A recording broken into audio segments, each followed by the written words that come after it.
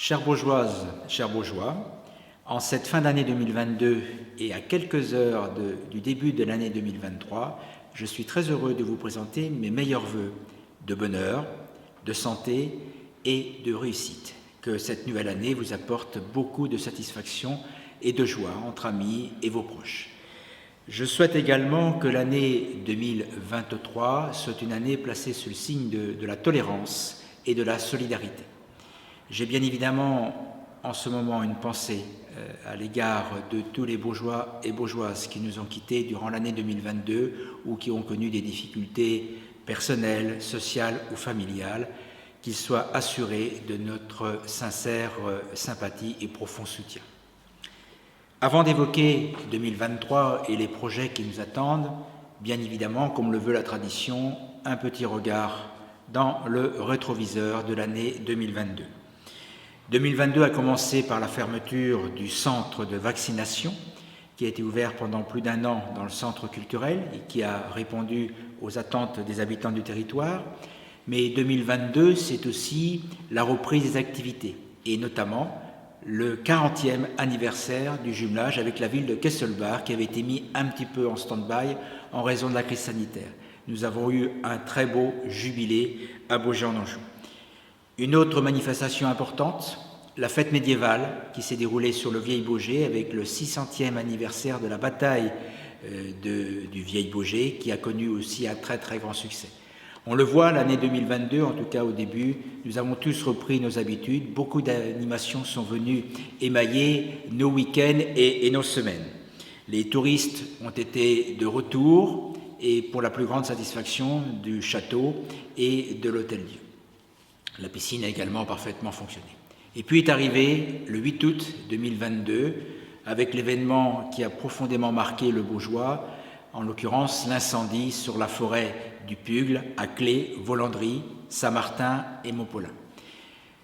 Au-delà de l'événement sur lequel je ne reviendrai pas longuement, puisque tout a été dit, je voulais saluer une nouvelle fois la grande solidarité qui a régné sur notre territoire et qui est allée d'ailleurs au-delà du Baugeois, puisque bon nombre d'habitants de la Sarthe, mais aussi de l'Anjou, sont venus soutenir nos forces vives. Un merci particulier à nouveau aux sapeurs-pompiers, volontaires ou professionnels, qu'ils soient du Maine-et-Loire ou des 26 départements qui sont venus nous renforcer, et puis également une mention particulière à nos agriculteurs qui ont largement contribué à éteindre cet incendie. Et puis une pensée bien sûr aux propriétaires à la fois des forêts et des maisons d'habitation qui ont été impactés par ce terrible événement.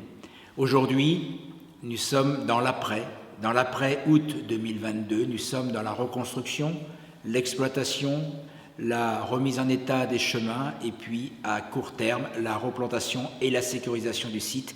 Voilà les événements, les objectifs que nous allons nous fixer et que nous avons commencé à mettre en œuvre.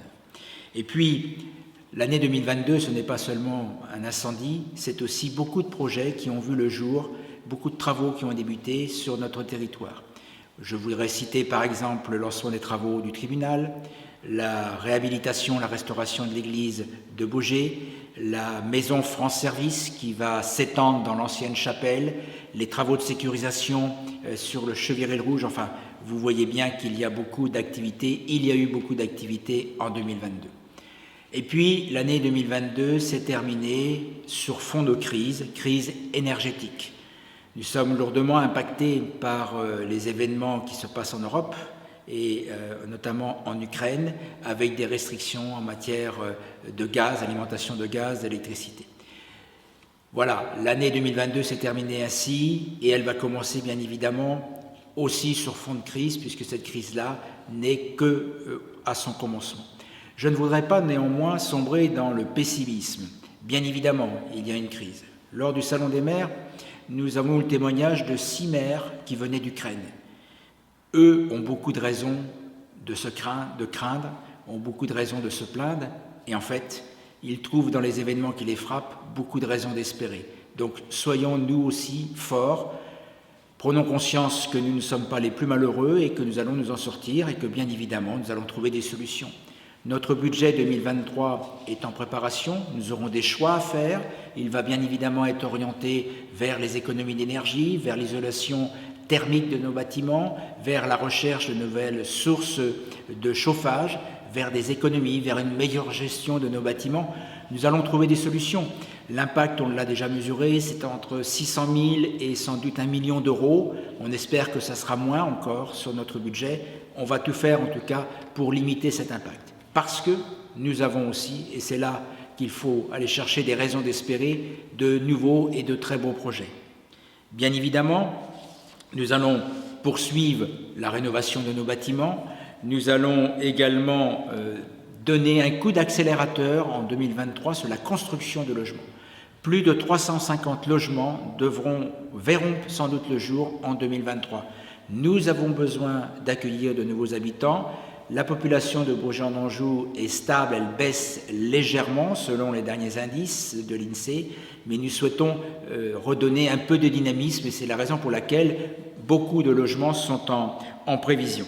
Nous souhaitons accueillir de nouveaux habitants, accueillir de nouvelles générations, donc doter notre territoire de nouveaux équipements. C'est ainsi qu'un terrain synthétique va sans doute être réalisé prochainement. Nous allons également donner une dimension plus durable à notre ville avec la réalisation de pistes cyclables. Beaucoup de projets vont se lancer dans les prochains mois. Vous avez été nombreux à assister à la présentation du schéma des pistes cyclables. Eh bien, nous allons le mettre en œuvre. Et puis, pour répondre aussi aux besoins de la population, de nouveaux projets sont en cours de réflexion.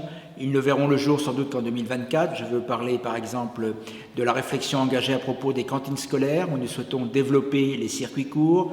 Je veux parler aussi de l'extension de la maison de santé. Les 2600 mètres carrés sont aujourd'hui saturés. Nous devons envisager une nouvelle extension. Et vous verrez, lors de la cérémonie des vœux à laquelle vous êtes tous conviés, elle se déroulera le 8 janvier, j'aurai l'occasion de décliner tous les projets qui vont voir le jour en 2023. Donc, vous voyez bien qu'il ne faut pas s'arrêter, bien évidemment, à la problématique de la crise énergétique. Il faut voir au-delà, il faut rester actif, rester dynamique. Et puis, l'année 2023 aura une résonance toute particulière. C'est en effet les 10 ans de la création de notre commune nouvelle. En mars 2012, 5 conseils municipaux, celui de Baugé, le Vieil-Baugé, Saint-Martin, Maupolin et Pontigny, décidaient de regrouper les 5 communes. La création est effective au mois de janvier 2013. Donc cette année, au mois de janvier 2023, nous fêterons donc les 10 années de création de notre commune nouvelle. Donc nous aurons l'occasion d'en reparler et un certain nombre d'événements tourneront autour de cette création qui aujourd'hui reste un exemple au niveau national. Bonne année à toutes et à tous et je vous donne rendez-vous pour la cérémonie des vœux le 8 janvier prochain à 11h au Centre culturel. Bonne année!